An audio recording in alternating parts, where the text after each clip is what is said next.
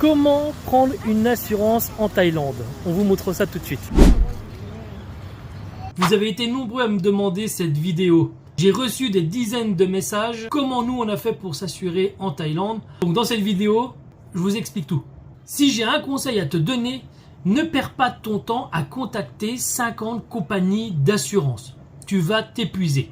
Il y a un raccourci bien plus malin. C'est de consulter un courtier en assurance. Un courtier en assurance, lui, ne travaille pas que pour une seule compagnie d'assurance. Il travaille pour plusieurs compagnies d'assurance.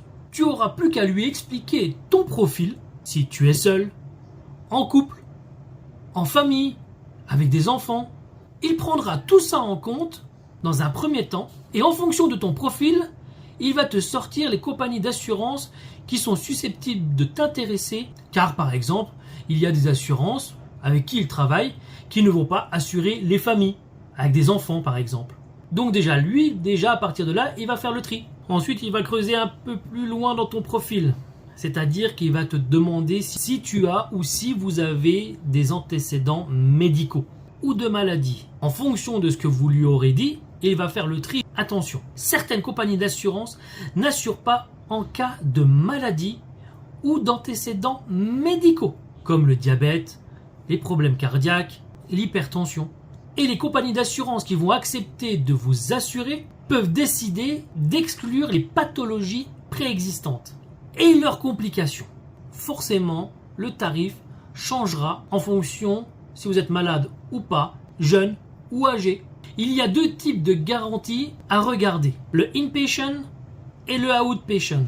Alors c'est quoi? Le inpatient, donc pour moi le plus important, c'est tout ce qui concerne l'hospitalisation.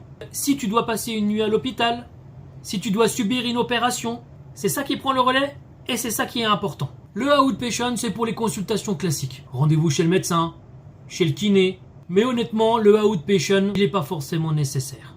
Pourquoi vous allez me dire? Tout simplement que souvent les soins là, tu peux les payer de ta poche et que ça coûte pas vraiment très cher. Mais si vous le prenez dans votre assurance, il va vous faire grimper directement votre tarif pour pas grand chose. En Thaïlande, c'est vraiment bon marché et en plus de ça, les médicaments aussi sont pas très chers. Une chose aussi, le courtier va te donner la possibilité de prendre une franchise. C'est vraiment très intéressant parce que ça va te faire baisser le tarif final. Là, votre courtier en assurance vous aura trouvé une assurance qui sera adaptée à votre profil. Il n'y aura plus qu'à attendre la réponse de la compagnie d'assurance et il reviendra vers vous au bout de quelques jours pour vous donner la réponse. Et voilà, félicitations, vous êtes assuré en Thaïlande. Il faut bien comprendre aussi, justement, que avant de s'expatrier, le coût de la santé est une composante non